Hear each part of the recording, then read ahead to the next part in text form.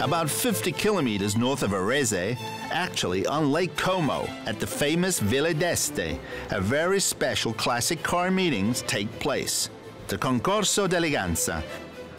For decades, the rich and famous have met here, but the main role, however, is played by the beautiful and valuable, this time unique classics from automotive history.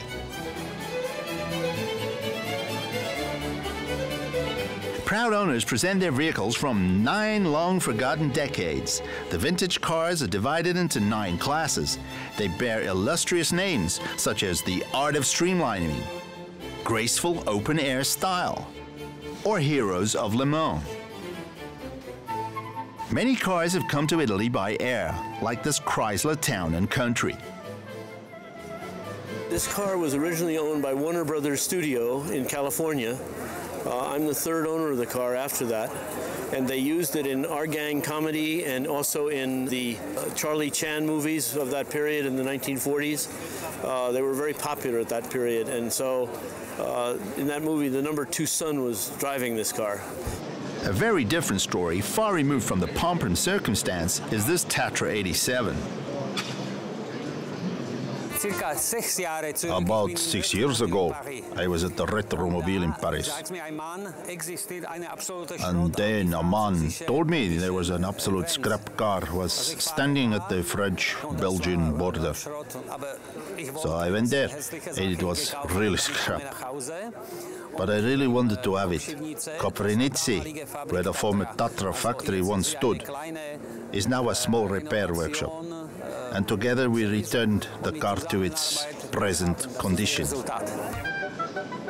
Highly polished paint and flawless chrome, original patina to used classics, cannot be found here. Everything time-consumingly restored, not only on the exterior, but also under the hood. Even some car interiors look like they have never been used, a sign that many of the cars just stand most of the time.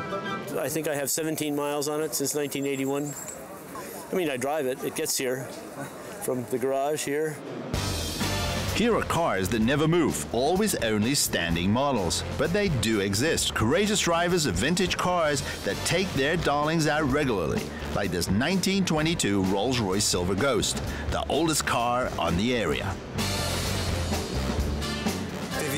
It will never be loaded onto a trailer unless it's broken. And that has not happened in 15 years up to now. The further distance we went were rallies in Tunisia and Morocco, Spain, southern France, England of course, Scotland, Ireland. Those are the routes that you can comfortably drive with these cars.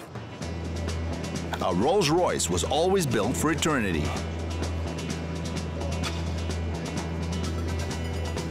At the Concorso d'Eleganza, it's not just about showing the automotive treasures, but also about the competition amongst the owners. A jury checks all vehicles and awards the best. No easy task, because all the cars here are very special.